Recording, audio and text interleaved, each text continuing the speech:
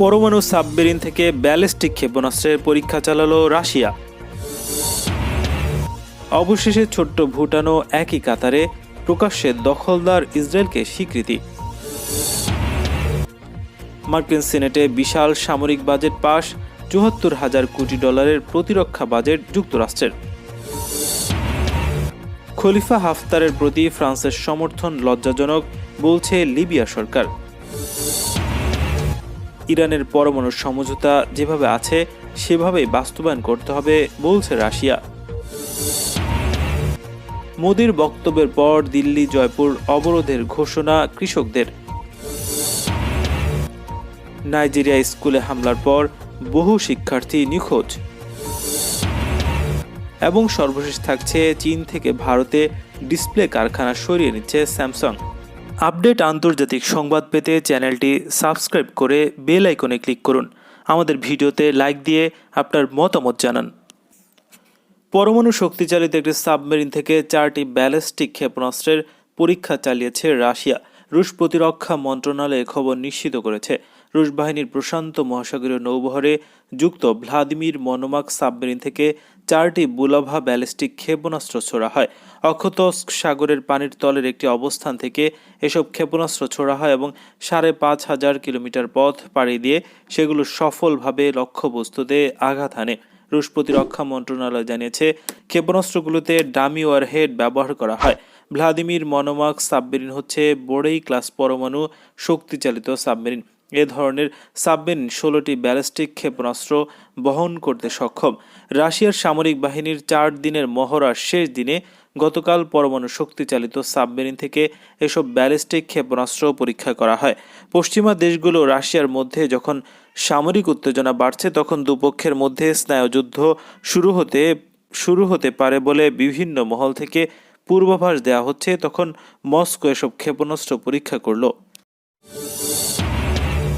তুরস্কের president Recep Tayyip Erdogan Azerbaijan সফরে গিয়ে একটি বিতর্কিত কবিতা আবৃত্তি করে ইরানের সঙ্গে যে উত্তেজনা সৃষ্টি হয়েছিল সে সম্পর্কে ব্যাখ্যা দিয়েছেন তুর্কি পররাষ্ট্রমন্ত্রী মেভলুত চাভাসোগলু। বিষয়টি পরিষ্কার করতে তিনি শনিবার রাতে ইরানের পররাষ্ট্রমন্ত্রী মোহাম্মদ জাভেদ জারিফের সঙ্গে টেলিফোনে কথা বলেছেন। এ সময় তিনি বলেন, ইরান আজারবাইজান সীমান্তবর্তী আরাস নদী নিয়ে এরদোগান যে কবিতা আবৃত্তি করেছেন সেটিকে তিনি নাগর্নো কারাবাখ অঞ্চলের বিচ্ছিন্নতা নিয়ে রচিত হয়েছে বলে ভেবেছিলেন। তুর্কি পররাষ্ট্রমন্ত্রী দাবি করেন, এরদোগান মোটেই জানতেন না যে এই কবিতার সঙ্গে ইরানের সম্পর্ক রয়েছে। কারাবাখ অঞ্চলের নিয়ন্ত্রণ নিয়ে সাম্প্রতিক যুদ্ধে আর্মেনিয়ার হাত থেকে নিজের ভূখণ্ড পুনরুদ্ধার উপলক্ষে গত বৃহস্পতিবার আজারবাইজানে এক উৎসব পালন করে। তুরস্কের প্রেসিডেন্ট রিসেপ তাইপ এরদোগান ওই উৎসবে আমন্ত্রিত অতিথি হিসেবে উপস্থিত ছিলেন। রাজধানী বাকুতে আজারবাইজানের প্রেসিডেন্ট ইলহাম আলিয়েভের উপস্থিতিতে এক বক্তব্যে তুর্কি প্রেসিডেন্ট আজারবাইজান ও ইরানের সীমান্তবর্তী আরাস নদী নিয়ে একটি বিচ্ছিন্নতাবাদী কবিতা আবৃত্তি করেন। ওই কবিতায় ইরানের আজারবাইজান প্রদেশ থেকে বিচ্ছিন্ন হয়ে যাওয়ায় আরাস নদীর উত্তর অংশে অবস্থিত বর্তমান স্বাধীন রাষ্ট্র আজারবাইজানের পক্ষ থেকে আক্ষেপ প্রকাশ করা হয়েছে। এরদোগান যে কবিতা আবৃত্তি করেছে তার একটি লাইন ছিল এরকম, তারা আরাস নদী আলাদা করে পাথর রড দিয়ে ভরাট করেছে। আমি তোমাদের থেকে আলাদা হব না, তারা আমাদের জোর করে আলাদা করেছে। ইরানের আজারবাইজান প্রদেশের অভ্যন্তরীণ বিষয়ে এরদোগানের এই অনাকাঙ্ক্ষিত বক্তব্য এমন অনধিকার চর্চার বিরুদ্ধে তেহরান তীব্র প্রতিবাদ জানায়। তেহরানে নিযুক্ত তুর্কি রাষ্ট্রদূতকে তলব করে ব্যাপারে ইরানের প্রতিবাদের কথা জানানো হয়। এছাড়া ইরানের পররাষ্ট্রমন্ত্রীও শুক্রবার বিষয়টি নিয়ে ক্ষুব্ধ প্রতিক্রিয়া ব্যক্ত করেছেন।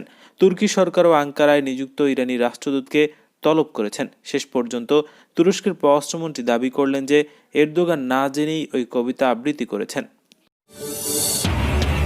দখলদার ইসরায়েলের সঙ্গে দক্ষিণ পূর্ব এশিয়ার ক্ষুদ্রতম দেশ ভুটান কূটনৈতিক সম্পর্ক প্রতিষ্ঠা করেছে ইসরায়েলের সঙ্গে। এর মধ্য দিয়ে শান্তিকামী হিসেবে দাবিদার এই দেশটিও বিশ্বের প্রকাশ্য দখলদার শক্তিকে স্বীকৃতি দিল। ছোট্ট রাষ্ট্রটির স্বীকৃতিকেও দখলদার শক্তির জন্য অনেক বড় প্রাপ্তি হিসেবে দেখছেন ইহুদিবাদী প্রধানমন্ত্রী বেনিয়ামিন নেতানিয়াহু। তিনি শনিবার রাতে এক টুইটার বার্তায় বলেছেন, রাজতান্ত্রিক ভুটানের সঙ্গে সম্পর্ক স্থাপন করে আমি খুবই খুশি। বিশ্বের আরও কয়েকটি দেশের সঙ্গে সম্পর্ক প্রতিষ্ঠার লক্ষ্যে যোগাযোগ অব্যাহত রয়েছে বলে তিনি জানিয়েছেন। ভুটান হচ্ছে বৌদ্ধ ধর্মাবলম্বী অধ্যুষিত একটি দুর্গম ও ছোট্ট দেশ। দেশটির জনসংখ্যা প্রায় 8 লাখ। অনেক ক্ষেত্রেই দেশটি প্রতিবেশী ভারতের উপর নির্ভরশীল। গত কয়েক মাসে দখলদার ইসরায়েলের সঙ্গে চুক্তি স্বাক্ষর করে কূটনৈতিক সম্পর্ক স্থাপন করেছে সংযুক্ত আরব আমিরাত, বাহরাইন, সুদান ও মরক্কো। এরই ধারাবাহিকতায় ভুটানকেও বর্ণবাদীদের সঙ্গে সম্পর্ক স্থাপন করতে দেখা গেল। এসবের পেছনে গুরুত্বপূর্ণ ভূমিকা পালন করছেন মার্কিন প্রেসিডেন্ট ডোনাল্ড ট্রাম্প ও তার ইহুদিবাদী জামাতা জ্যারেড কুশনার। এছাড়া সৌদি আরব এক্ষেত্রে সার্বিক সমর্থন ও সহযোগিতা দিচ্ছে বলে জানা গেছে। বিশ্বের সবচেয়ে বেশি ৭৪,১০০ কোটি ডলার ব্যয়ের ২০২১ সালের প্রতিরক্ষা বাজেট পাশ করেছে যুক্তরাষ্ট্র। বিশাল এই বাজেটে সেনাদের বেতন বাড়ানো, নতুন নতুন আধুনিক অস্ত্রের যোগানের নিশ্চয়তা দেওয়া হয়েছে। এছাড়া দক্ষিণ কোরিয়া, জার্মানি, আফগানিস্তান থেকে মার্কিন সেনা সরিয়ে আনার নিয়মও কঠিন করা হয়েছে বিলটিতে। প্রেসিডেন্ট ডোনাল্ড ট্রাম্প এই বিলটি আটকে দেওয়ার জন্য সিনেটের রিপাবলিকান সদস্যদের অনুরোধও করেছিলেন। এমনকি সেটি করা না হলে তিনি বিলটিতে ভেটো দেবেন বলেও হুমকি দিয়েছেন। কিন্তু তার হুমকি এবং আপত্তি উপেক্ষা করেই মার্কিন কংগ্রেস ৮৪-১৩ ভোটে বিলটি পাশ করল। বিপুল সংখ্যক সদস্যের ভোটে বিলটি পাশ হওয়ায় ট্রাম্পের ভেটো প্রয়োগেরও সুযোগ নেই। রিপাবলিকান সেনেটররা নিজেদের বিদায়ী প্রেসিডেন্ট ট্রাম্পের প্রতি আনুগত্য দেখাবেন নাকি দেশের ভেতরে ও বাইরে মার্কিন নিরাপত্তার বিষয়ে জোর দেবেন তা নিয়ে আশঙ্কা ছিল। কিন্তু শেষ পর্যন্ত ডেমোক্রেটিক এবং রিপাবলিকান সেনেটররা অনেকটা মিলেমিশে ভোট দিয়ে পাশ করলেন প্রতিরক্ষা বাজেট। এই বিলটি যেমন আফগানিস্তান, দক্ষিণ কোরিয়া, জার্মানি থেকে সেনা প্রত্যাহারে ট্রাম্পের ক্ষমতা খর্ব করেছে, তেমনি এর মাধ্যমে পরবর্তী প্রেসিডেন্ট জো বাইডেনের বহির্বিশ্বে মার্কিন সামরিক তৎপরতা জোরদারের সুযোগ দিচ্ছে। বিলটিতে ২০২১ সালে বিদেশে সামরিক তৎপরতার জন্য ৬,৯০০ কোটি ডলার বাজেট রাখা হয়েছে। প্রতিরক্ষা বাজেটে মধ্যপ্রাচ্যের বিভিন্ন ক্ষতিগ্রস্ত দেশের জন্য সামরিক সহায়তা করা হয়েছে। এর মধ্যে আছে দখলদার ইসরায়েলের জন্য ৩,১০০ কোটি ডলারের সামরিক সহায়তা। লিবিয়ার আন্তর্জাতিকভাবে স্বীকৃত সরকারের প্রতিরক্ষা মন্ত্রী সালাউদ্দিন নামুর্স তার সরকারের বিরুদ্ধে লড়াইরত জেনারেল হাফতারের কথিত ন্যাশনাল আর্মির প্রতি ফ্রান্সের সমর্থন ঘোষণাকে লজ্জাজনক বলে অভিহিত করেছেন। তিনি ফ্রান্সের নিউজ চ্যানেল ফ্রান্স 24-কে দেয়া সাক্ষাৎকারে লিবিয়ার ব্যাপারে প্যারিসের নীতির তীব্র সমালোচনা করে বলেছেন, ফরাসি কর্মকর্তারা খলিফা হাফতারের প্রতি যে সমর্থন জানাচ্ছে তা সত্যিই লজ্জাজনক। লিবিয়া জাতিসংঘ স্বীকৃত সরকারকে বাদ দিয়ে ফ্রান্স বহু বছর ধরে হাফতারকে পৃষ্ঠপোষকতা দিচ্ছে বলেও তিনি অভিযোগ করেছেন। লিবিয়ার জাতীয় ঐক্যমতের সরকারের প্রতিরক্ষা মন্ত্রী বলেন, দেশের চলমান সংকটের রাজনৈতিক সমাধানের ক্ষেত্রে ত্রিপলি বিরোধী পক্ষের সঙ্গে আলোচনা বসতে রাজি আছে। জাতিসংঘ গত ২৩ অক্টোবর ঘোষণা করেছিল, সুইজারল্যান্ডের জেনেভায় লিবিয়ার সংঘর্ষরত দুই পক্ষ যুদ্ধবিরতিতে সম্মত হয়েছে।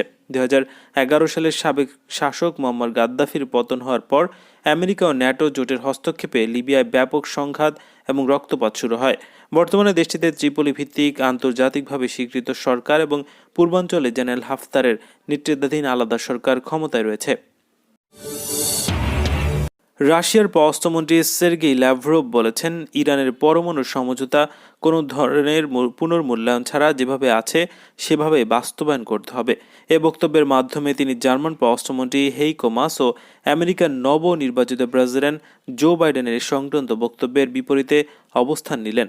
রুশ পররাষ্ট্রমন্ত্রী গত শনিবার ইরানের বার্তা সংস্থা ইরনা এবং IRIB-কে এক যৌথ সাক্ষাৎকারে বলেন, যেসব দেশ ইরানের পরমাণু সমঝোতায় অন্যান্য বিষয় অন্তর্ভুক্ত করতে চায় আমরা তাদেরকে সমর্থন করি না।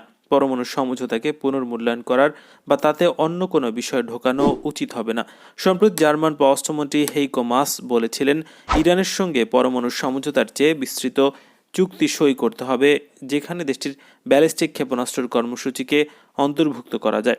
এছাড়া নবনির্বাচিত মার্কিন প্রেসিডেন্ট জো বাইডেন ইরানের পরমাণু সমঝোতায় ফিরে আসার আগ্রহ প্রকাশ করলেও ইরানের ক্ষেপণাস্ত্র কর্মসূচিকে এই সমঝোতায় অন্তর্ভুক্ত করার প্রতি ইঙ্গিত করেছেন।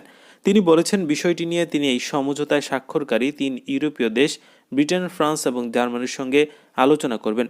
ইরানের পরমাণু সমঝোতা নিয়ে আবার আলোচনার সম্ভাবনা নাকচ করে দিয়েছে এবং পররাষ্ট্রমন্ত্রী মোহাম্মদ জাওয়াদ জারিফ সাফ জানিয়ে দিয়েছেন, তার দেশের ক্ষেপণাস্ত্র কর্মসূচি নিয়ে অন্য কারোর সঙ্গে কোনো আলোচনা হবে না।